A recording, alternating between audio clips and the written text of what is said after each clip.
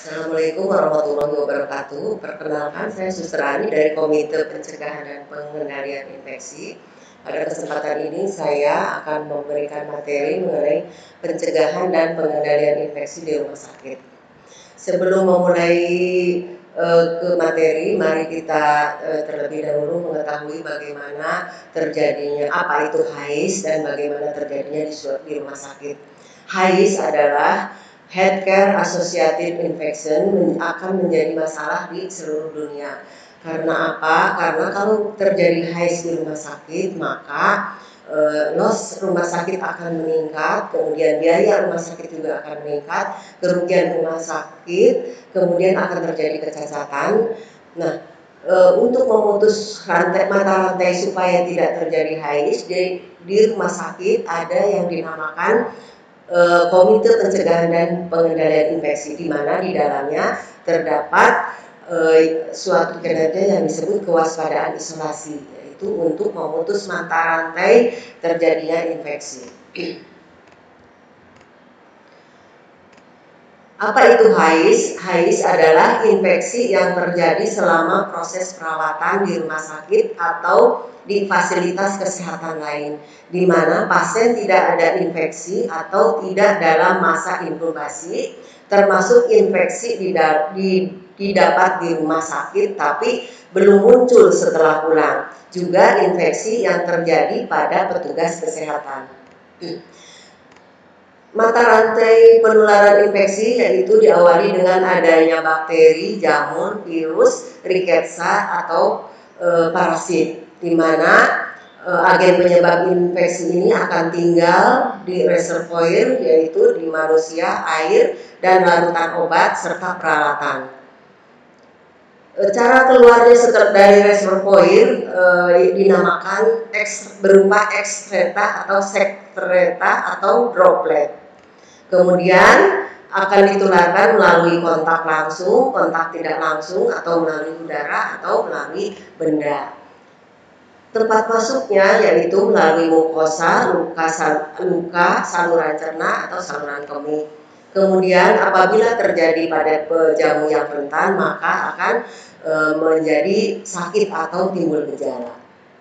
Nah, kewaspadaan isolasi di rumah sakit ada 11 kewaspadaan, yaitu kebersihan tangan, alat pelindung diri, peralatan perawatan pasien, pengendalian lingkungan, pemrosesan peralatan bekas pakai, penata laksanaan linen, perlindungan kesehatan petugas, penempatan pasien, hand hygiene serta etika batuk, kemudian praktek penyuntikan yang aman, praktek untuk lumba fungsi. Jadi ada 11 kewaspadaan standar. Untuk yang pertama, hand hygiene. Hand hygiene bisa dilakukan menggunakan hand rub atau dilakukan dengan menggunakan air mengalir. Tujuan hand hygiene yaitu mencegah kolonisasi patogen, mencegah penyebaran patogen ke area perawatan, mencegah infeksi, dan mencegah kolonisasi dan infeksi pada petugas kesehatan. Persiapannya yaitu tangan kita harus terbebas dari benda-benda yang tidak diperlukan seperti cincin, gelang, kemudian jam tangan, kuku juga tidak boleh panjang, tidak boleh menggunakan kutek. Kemudian karena apa? Karena kuman akan tersembunyi di balik perhiasan tersebut dan akan sulit terjangkau oleh alkohol, maka kuman tidak bisa dibersihkan. Prosedur cuci tangan ada 2 macam, tadi sudah disebutkan bahwa bisa menggunakan alkohol besenrab atau dengan air mengalir. Untuk air mengalir, langkah-langkahnya seperti pada slide. Di sini waktunya lebih panjang karena ada tahap pengeringan serta pembilasan. Untuk mencuci tangan dengan hand rub ada 6 langkah cuci tangan. Di sini saya akan praktekkan. Kemudian transmisi kuman bisa ada 5 tahap. Ada 5 tahap transmisi kuman, yaitu sebelum kontak dengan pasien. 5 transmisi ini yang biasa kita sebut dengan 5 momen. Momen yang pertama yaitu sebelum kontak dengan pasien. Momen yang kedua sebelum tindakan aseptik. Kemudian momen yang ketiga setelah kontak dengan cairan tubuh. Momen yang keempat setelah kontak dengan pasien. Momen yang kelima adalah setelah kontak dengan lingkungan pasien. Saya ilustrasikan bagaimana kita melakukan kebersihan tangan. Seandainya saya adalah seorang perawat, akan melakukan perawatan di ruang rawat pasien, di mana di sini akan terlihat yang berwarna merah adalah zona pasien, kemudian area perawatan adalah ruangan pasien. Area perawatan bisa terdiri dari 2 pasien atau 3 pasien. Di sini saya masuk ke ruang perawatan dan menyentuh kulit yang utuh pasien. Maka di sini saya akan melakukan tindakan hand hygiene adalah momen yang pertama, yaitu sebelum kontak dengan pasien. Kemudian saya memegang monitor pasien, membetulkan monitor. Di sini saya tidak perlu melakukan hand hygiene. Karena apa? Karena mikroorganismenya dianggap sama di zona pasien. Kemudian yang kedua, saya akan melakukan tindakan aseptik. Di sini saya akan melakukan suctioning. Saya melakukan kebersihan tangan, yaitu momen yang kedua sebelum tindakan aseptik. Setelah melakukan tindakan aseptik, kemudian saya akan menyentuh kulit utuh pasien kembali. Di situ saya melakukan kebersihan tangan dengan momen yang ketiga, karena di situ saya beresiko telah kena cairan tubuh pasien. Setelah itu saya menutupi selimut pasien, kemudian saya memegang napas pasien, kemudian saya keluar dari area pasien. Saya melakukan cuci tangan yang keempat, yaitu setelah kontak dengan pasien, karena sebelumnya saya kontak dengan pasien. Itu untuk cuci tangan. Kemudian kewaspadaan standar yang kedua yaitu alat pelindung diri. Alat pelindung diri digunakan untuk melindungi kulit dan selaku tadi petugas dari resiko pajanan, melindungi pasien dari mikroorganisme. Alat pelindung diri dari atas ke bawah bisa dilihat, bisa topi, masker, sarung tangan. Penggunaan alat pelindung diri harus betul, cara menggunakan dan melepas. Yang sering digunakan adalah masker. Penggunaan masker harus betul, cara menggunakannya harus dipegang talinya. Kemudian clue-nya yang pertama adalah gunakan alat pelindung diri sesuai dengan resiko pajanannya. Sebelum dan sesudah menggunakan alat pelindung diri, kita wajib melakukan kebersihan tangan. Cara penggunaan masker yaitu dengan cara memegang talinya, kemudian memasangnya. Untuk pemasangan dilakukan pemasangan tali yang atas dulu, kemudian yang bawah. Pelepasannya sebaliknya, yaitu melepas bagian bawah dulu, kemudian baru melepas atasnya. Dipegang talinya, kemudian kita buang ke tempat limbah infeksius. Pelepasan sarung tangan juga harus sesuai dengan kaidah PPI, yaitu sarung tangan yang tadinya 2 dilepas harus menjadi 1 ya. Kemudian gaun juga nanti ada videonya, mungkin teman-teman bisa lihat di video. Kemudian kewaspadaan standar yang ketiga yaitu pemrosesan peralatan bekas pakai. Pemrosesan peralatan bekas pakai di Rumah Sakit Fatmawati adalah sentral, dilakukan di GSP instalasi sterilisasi dan binatu dengan menggunakan prosedur pre-cleaning, kemudian pembersihan, kemudian dipisahkan menjadi 3, yaitu untuk alat-alat yang masuk ke dalam jaringan tubuh dilakukan sterilisasi. Untuk alat-alat yang hanya masuk sampai mukosa kita lakukan DTT. Kemudian untuk alat-alat yang hanya menyentuh kulit yang utuh seperti stetoskop atau termometer, kita melakukan desinfeksi tingkat tinggi.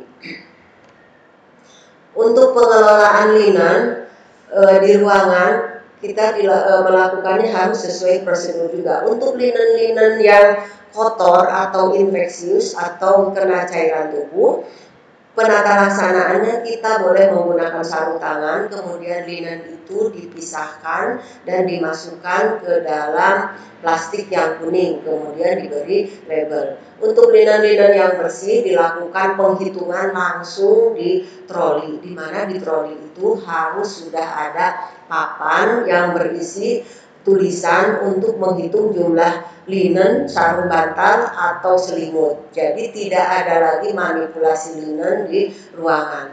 Penghantaran linen ke ruangan tidak boleh terlalu tinggi. Jadi harus sewajarnya, tidak boleh menumpuk karena akan berisiko jatuh. Linen yang sudah bersih dipisahkan trolinya menggunakan troli khusus, yaitu troli linen yang sudah bersih. Dibawa ke ruangan, kemudian di ruangan disusun kembali di lemari yang sudah dialasi, kemudian ditata rapi. Penggunaannya kita menggunakan sistem first in first out, yaitu yang digunakan pertama adalah yang masuk pertama. Kemudian untuk pengendalian lingkungan rumah sakit. Pengendalian lingkungan rumah sakit adalah sangat penting karena untuk mencegah terjadinya penyebaran infeksi ke pasien, ke petugas, ke pengunjung, dan ke masyarakat di sekitar rumah. Pengendalian lingkungan bisa dilakukan juga pada saat terjadi pembangunan atau demolisi. Kemudian pengendalian lingkungan udara, jadi ruangan yang sudah dilakukan demolisi kita harus dikendalikan udaranya apakah sudah bersih atau tidak. Air juga bekerja sama dengan sanitasi, kita mengadakan pengecekan setiap 6 bulan sekali. Pembersihan di lingkungan sekitar rumah sakit dilakukan secara rutin, kemudian pembersihan lingkungan di gizi, pembersihan lingkungan di laundry, dan penata laksanaan limbah rumah sakit. Kemudian penata laksanaan limbah rumah sakit.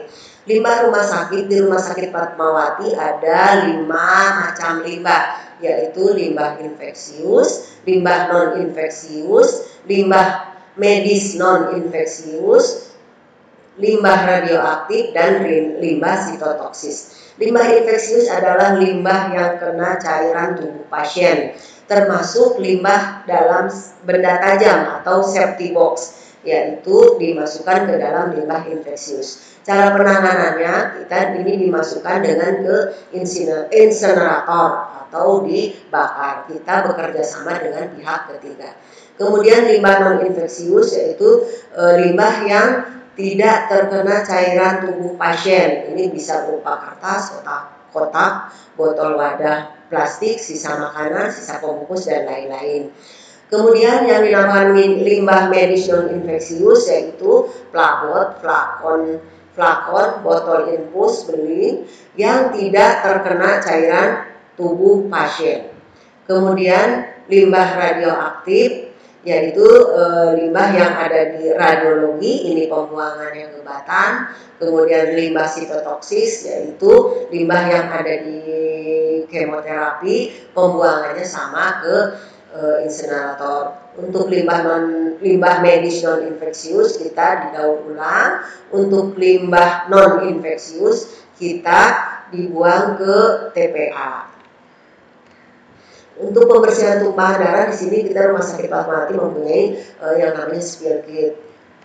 Spill kit berisi gaun pelindung, celemek, sarung tangan, dan sepatu bot sesuai dengan resiko pajanan. Ini tujuannya untuk membersihkan tumpahan darah. Cara penggunaannya, apabila terdapat paparan tumpahan darah, maka kita lakukan gunakan APD, kemudian bersihkan permukaan yang terkena tumpahan darah cairan tubuh dengan kain sekali pakai yang sudah ada di paket safety box. Kemudian kain pembersih itu kita buang ke tempat infeksius, kemudian bersihkan kembali dengan air dan deterjen, baru kemudian permukaannya kita bersihkan dengan hipoklorit yaitu HAFOK 0,5%. Lepaskan APD, jangan lupa kita lakukan cuci tangan. Kemudian kesehatan karyawan Rumah Sakit Fatmawati kita mengadakan vaksinasi. Vaksinasi tujuannya adalah untuk meningkatkan daya tahan tubuh karyawan. Jadi setiap rutin 2 tahun sekali atau 3 tahun sekali kita melakukan vaksinasi untuk karyawan dan melakukan medical check up yang teratur untuk menangani kasus dengan penularan melalui airborne. Kemudian ada penanganan pasca pajanan, kemudian kita juga mempunyai konseling bagi petugas rumah sakit. Nah, apabila teman-teman terpajan di Rumah Sakit Fatmawati, kita mempunyai alur pasca pajanan, yaitu apabila teman-teman tertusuk jarum terkontaminasi atau terpajan cairan tubuh, supaya jangan panik, bersihkan dengan dan cuci dengan air mengalir, kemudian lapor ke atasan, kita buat laporan, kemudian kita treatment yang terpajan dan sumber pajanan. Yang terpajan kita treatment apakah sudah menderita penyakit hepatitis atau HIV. Kemudian apabila hepatitis anti-HBsAg-nya positif, kita intervensi oleh dokter, kemudian kita follow up. Nah, apabila negatif, kita follow up 3 bulan, kemudian diulang sampai 6 bulan. Untuk penempatan pasien, kita mempunyai penempatan pasien ada 3 macam. Penempatan pasien untuk airborne, kontak, dan droplet. Untuk airborne yaitu contohnya sakit TBC, untuk kontak MRSA, untuk droplet avian flu atau influenza. Petugasnya kita menggunakan apa? Untuk airborne kita menggunakan masker N95 atau masker respiratorik. Kemudian untuk pasiennya gunakan masker. Apabila pasien keluar ruangan, pasien harus menggunakan masker. Tetapi apabila pasiennya sudah di ruangan, tidak perlu menggunakan masker apabila ruangan itu sudah di ruang isolasi. Kemudian untuk pasien kontak, petugasnya kita menggunakan sarung tangan. Kemudian untuk droplet gunakan masker bedah dan pelindung wajah. Jangan lupa sebelum dan sesudah menggunakan masker kita lakukan kebersihan tangan. Etika batuk, mungkin teman-teman semua sudah bertahu bahwa etika batuk dilakukan dengan menggunakan tisu atau pangkal lengan. Lakukan kebersihan apabila sudah melakukan etika batuk atau menutup mulut dengan tisu. Etika batuk kita lakukan kalau kita membawa tisu, kita boleh menggunakan tisu, kita tutup mulut dan hidung kita dengan tisu, kemudian batuk, kemudian buang tisu itu ke tempat limbah infeksius. Apabila kita tidak membawa tisu, maka lakukanlah dengan pangkal lengan. Pangkal lengan ada seperti ini, ya, batuk seperti ini. Gitu. Sekian dari PPI, semoga. Kemudian penyuntikan yang aman, jarum yang dipakai harus steril dan sekali pakai pada setiap suntikan. Tidak diperkenankan menggunakan jarum berkali-kali dan direkomendasikan harus menggunakan vial yang single dose. Jadi untuk suntikan-suntikan yang tidak terpakai lagi tidak boleh digunakan lagi dengan jarum yang masih menancap di botolnya, karena itu akan beresiko terkontaminasi oleh bakteri dari luar. Cara menggunakan penyuntikan yang aman adalah salah satunya yaitu kita tidak direkomendasikan untuk recapping, karena memanipulasi jarum akan beresiko terkena injuri atau tertusuk. Apabila teman-teman terpaksa harus menutup, maka dilakukan dengan one handling, yaitu dengan satu tangan. Buang limbah invasif, limbah tajam ke safety box, ya. Jadi dibuang ke tempatnya yaitu safety box, tidak perlu dimanipulasi kembali. Untuk praktek lumbal fungsi, Lumbal fungsi menggunakan masker karena masker harus dipakai yaitu untuk mencegah supaya tidak ada droplet flora orofaring yang dapat menimbulkan meningitis bakterial. Jadi pada saat dokter sedang melakukan prosedur lumbal fungsi, teman-teman jangan terlalu banyak untuk mengikuti dan harus menggunakan masker, jangan terlalu banyak berbicara. Kemudian ada surveillance HIS. Di sini Rumah Sakit Fatmawati mempunyai formulir surveillance, yaitu di ruangan ada formulir yang berwarna hijau. Di situ ada tertulis pasien-pasien yang terpasang infus, terpasang DC, terpasang ventilator, dan evaluasi operasi. Surveillance adalah kegiatan yang terus-menerus dilakukan untuk mengobservasi pasien apakah terjadi suatu infeksi HIS atau tidak.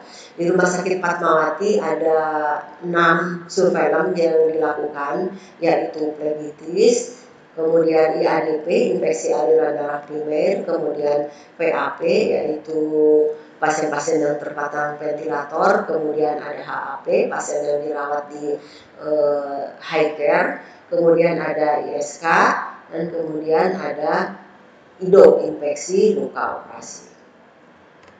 Nah, bagaimana supaya tidak terjadi HIS? Maka kita mempunyai yang namanya bundle. Bundle itu apabila semua bundle ini atau prosedur bundle ini dilakukan, maka kemungkinan terjadi HIS-nya akan kecil. Apa aja bundle itu?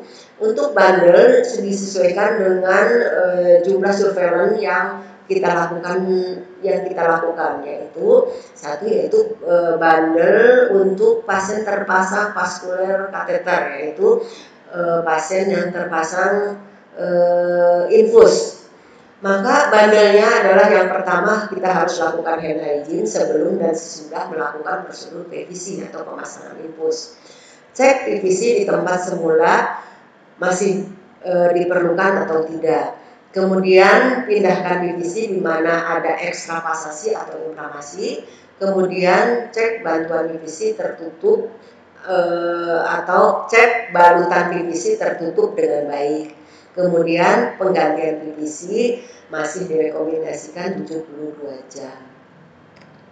Kemudian untuk IADP bandelnya yaitu yang pertama masih hand hygiene, yang kedua adalah penggunaan APD maksimal barrier precaution, yaitu di mana pada saat pemasangan CVL di sini harus menggunakan APD yang lengkap seperti ketika kita berada di kamar operasi. Kemudian preparasi kulitnya menggunakan chlorhexidine antiseptik.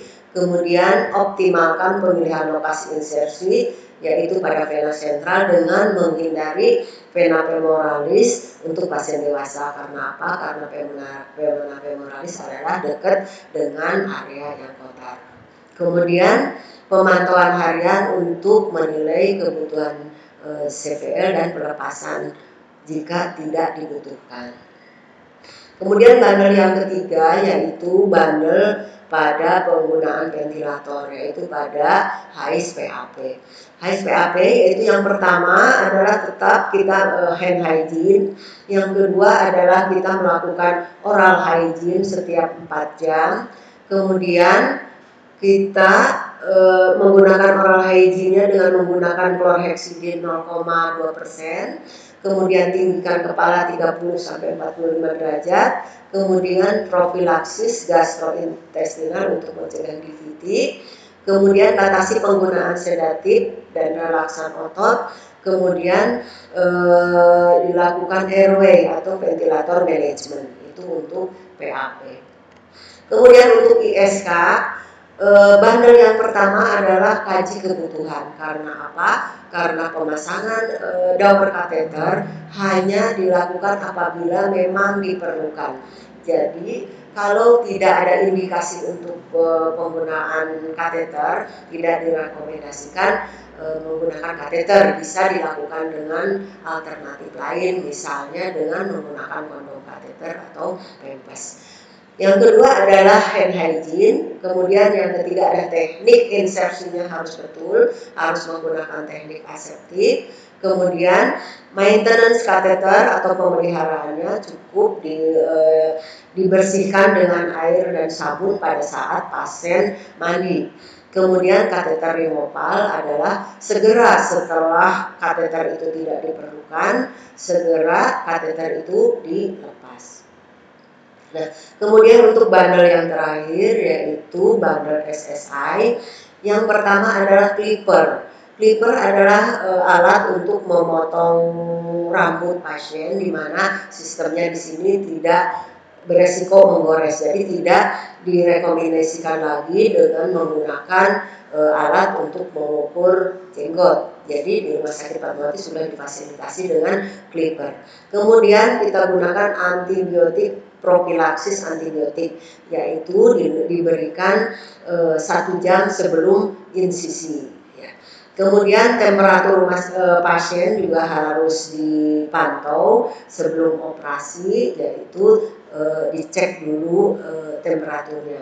Kemudian gula darah harus kurang dari 200. Jadi pos operasi juga harus dicek 1 hari setelah pos operasi, gula darahnya harus. Sekarang tadi kita praktekkan cara melakukan kebersihan tangan dengan menggunakan alkohol base hand rub. Di Rumah Sakit Fatmawati kita sudah mempunyai ada alkohol base hand rub. Caranya yaitu biasakan teman-teman untuk mengambil cairan alkohol base hand rub dengan pangkal lengan atau dengan punggung. Karena apa? Karena pangkal lengan atau punggung ini adalah relatif lebih bersih daripada telapak tangan kita, karena telapak tangan kita yang akan dicuci. Ambil 1 pompaan cukup cairan alkohol base hand rub ini. Kemudian caranya, gerakan yang pertama, ratakan seluruh cairan ke 2 telapak tangan kita. Hitung waktunya 4 kali, karena itu yang mewakili durasi pada saat kita melakukan kebersihan tangan, yaitu 20-30 detik. 1, 2, 3, 4. Kemudian gosok punggung dan sela-sela jari. 1, 2, 3, 4. 1, 2, 3, 4. Kemudian kembali ke telapak tangan, gosok telapak tangan dan sela-sela jari. 1, 2, 3, 4. Kemudian jari-jari tangan kita saling mengkait seperti ini.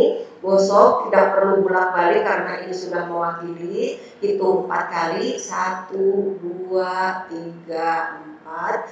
Kemudian ibu jari kita pegang, digosok. 1, 2, 3, 4. Ibu jari yang satunya lagi. 1, 2, 3, 4. Kemudian untuk kuku putar ke arah dalam 4 kali. 1, 2, 3, 4. Tangan kita